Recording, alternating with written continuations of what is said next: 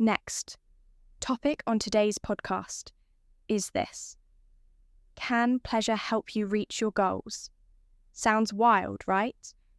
But we're diving into something called the O method.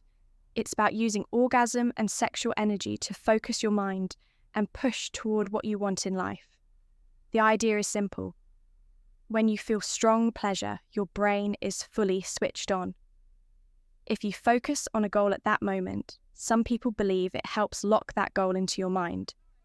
Kind of like planting a seed in the richest soil, this episode brings in Fiona Fun Bags, a sexual wellness expert who teaches people how to connect pleasure, mindset, and personal growth. She explains that this method is like a hands-on version of the law of attraction. Instead of just thinking about your goals, you mix them with physical sensation and emotion. For beginners, the steps are simple. Decide what you want. Clearly, get comfortable with your body and pleasure.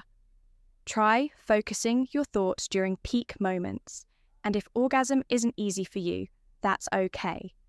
The benefit can still come from the focus and mindset shift. Big takeaway. This isn't about chasing pleasure just for fun.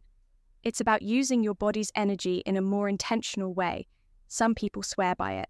Some don't buy it.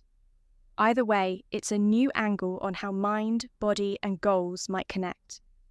And honestly, worst case, you just feel good. Not a bad backup plan. Here's the core idea. You set a goal, then build pleasure, then right before climax, focus on that goal, then feel like it's already yours. Some people find that powerful. Others think it's distracting. Both reactions are normal. Important point.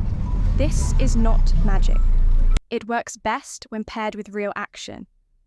You still have to move your feet in the real world. The conversation also talks about how shame around self-pleasure can block growth, how confidence and body awareness connect to success, why pleasure is not just physical but mental and emotional too.